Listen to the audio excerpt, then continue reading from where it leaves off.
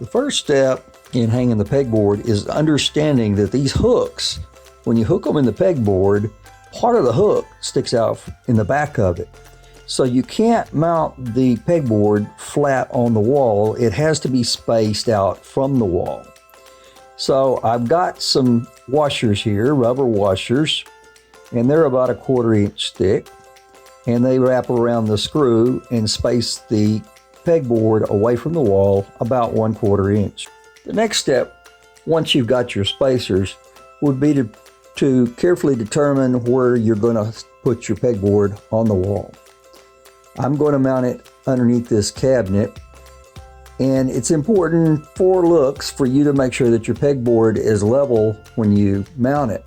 Now my cabinet was already leveled, and I'm going to mount it up against the bottom of the cabinet, so therefore that's going to be level as well. Once you've got your pegboard location, then you put the spacer. I'm using number 12 2-inch screws, and you put the spacer on the screw and you drive the screw in.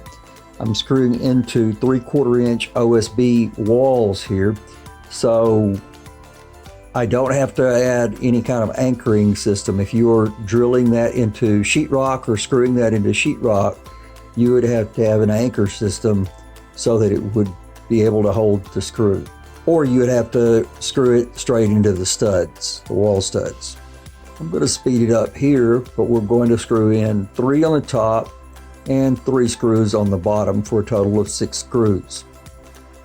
You check them to make sure that you're not compressing the washers too much, that you've got good space behind the pegboard for the hooks to go into the hole and mount.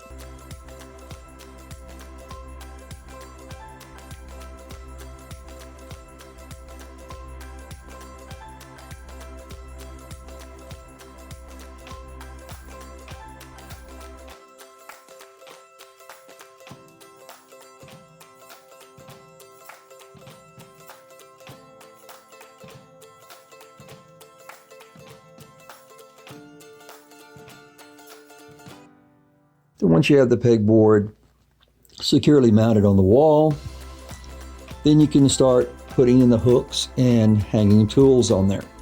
Some people understandably don't like pegboard. I've actually never had it myself.